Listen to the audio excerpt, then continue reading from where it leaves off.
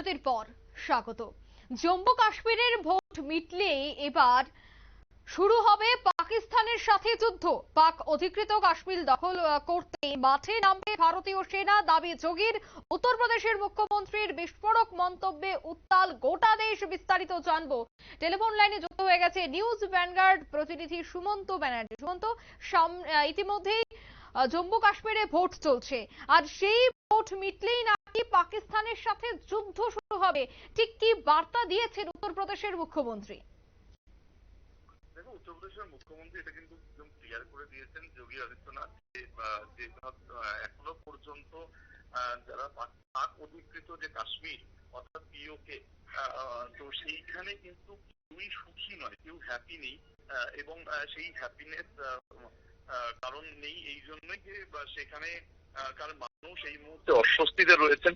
সেখানে তারা মানে যথেষ্ট দুরবস্থার মধ্যে তাদের দিন কাটছে। অর্থনৈতিক দিক থেকেও তারা একেবারেই খুশি নন।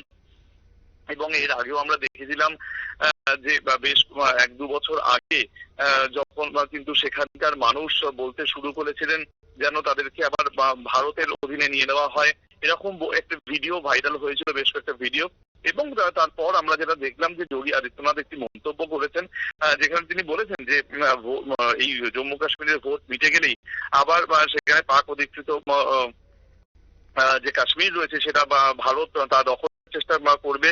কারণ সেখানকার মানুষ কোনোভাবেই সুখে নেই। এবং সেখানকার মানুষ আর পাকিস্তানের পতাকা সেখানে দেখতে পছন্দ করছে না। সেখানে ভারতীয় পতাকা যাতে নিয়ে আসা হয়, ভারতের পতাকাই সেখানে মানুষ দেখতে চান, ভারতের অধীনে তারা চলে আসতে চান।